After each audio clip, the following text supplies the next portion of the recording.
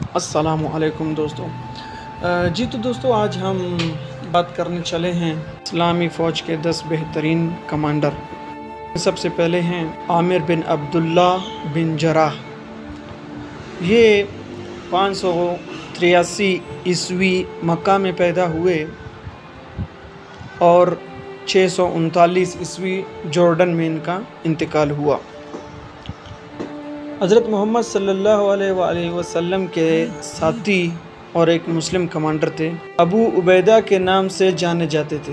خلیفہ ثانی کے زمانے میں مسلم فوج کے کمانڈر بھی رہے۔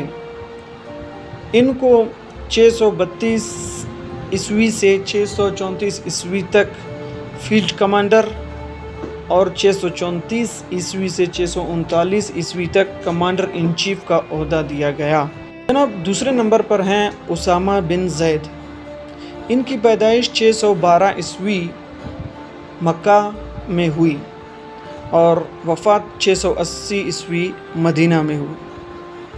حضرت محمد صلی اللہ علیہ وسلم نے ان کو اس فوج کا کمانڈر بنایا جس کو انہوں نے بازنطی سلطنت کو فتح کرنے کے لیے بھیجا تھا، کیونکہ وہاں پر مسلمانوں کو شکست ہوئی تھی تاکہ ان کا بدلہ لیا جا سکے۔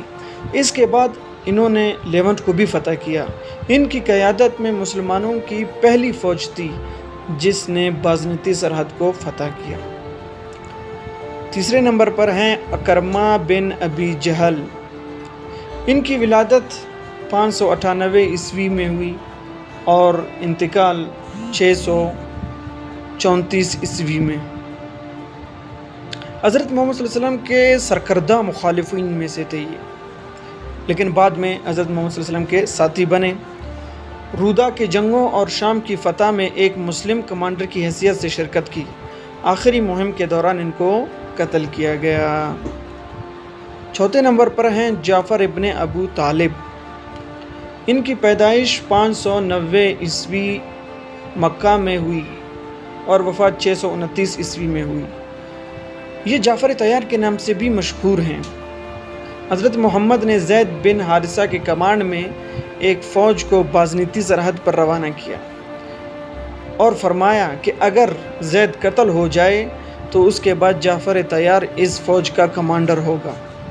زید کے قتل کے بعد انہوں نے کمانڈ کیا اور بہترین لڑائیاں لڑیں اور آخرکار خود بھی شہید ہو گئے۔ 5ویں نمبر پر ہیں حذیفہ یمانی۔ ان کی ولادت کی تاریخ تو معلوم نہیں، لیکن ان کا انتقال 656 عیسوی میں ہوا۔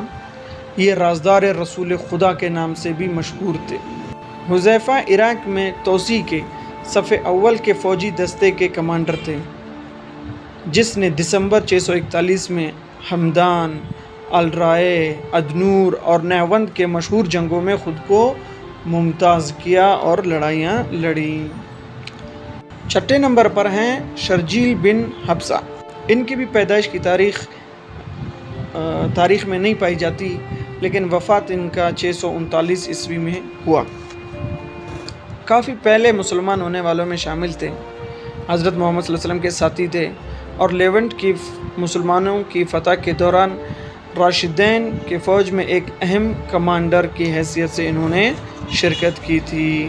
7ویں نمبر پر ہیں عتیبہ بن غزوان۔ ان کی پیدائش 580 عیسوی میں ہوئی اور انتقال 638 عیسوی میں۔ انہوں نے جنگ بدر، جنگ احد میں بھی شرکت کی اور مختلف لڑائیاں لڑیں۔ خلافت کے زمانے میں انہوں نے 2000 افراد پر مشتمل فوج کو کمانڈ کیا۔ اس فوج کے ساتھ انہوں نے فارس کو فتح کیا۔ 8ویں نمبر پر ہیں سعد بن ابی وقاص۔ یہ 595 عیسوی میں پیدا ہوئے۔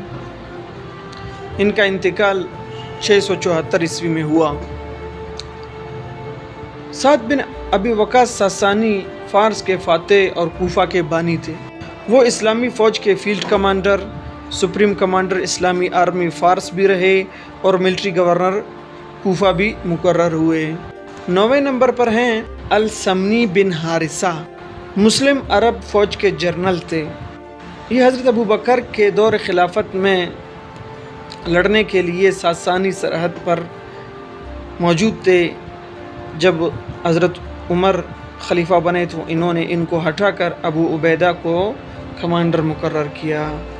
10ویں اور آخری ہیں عبداللہ بن حذافہ۔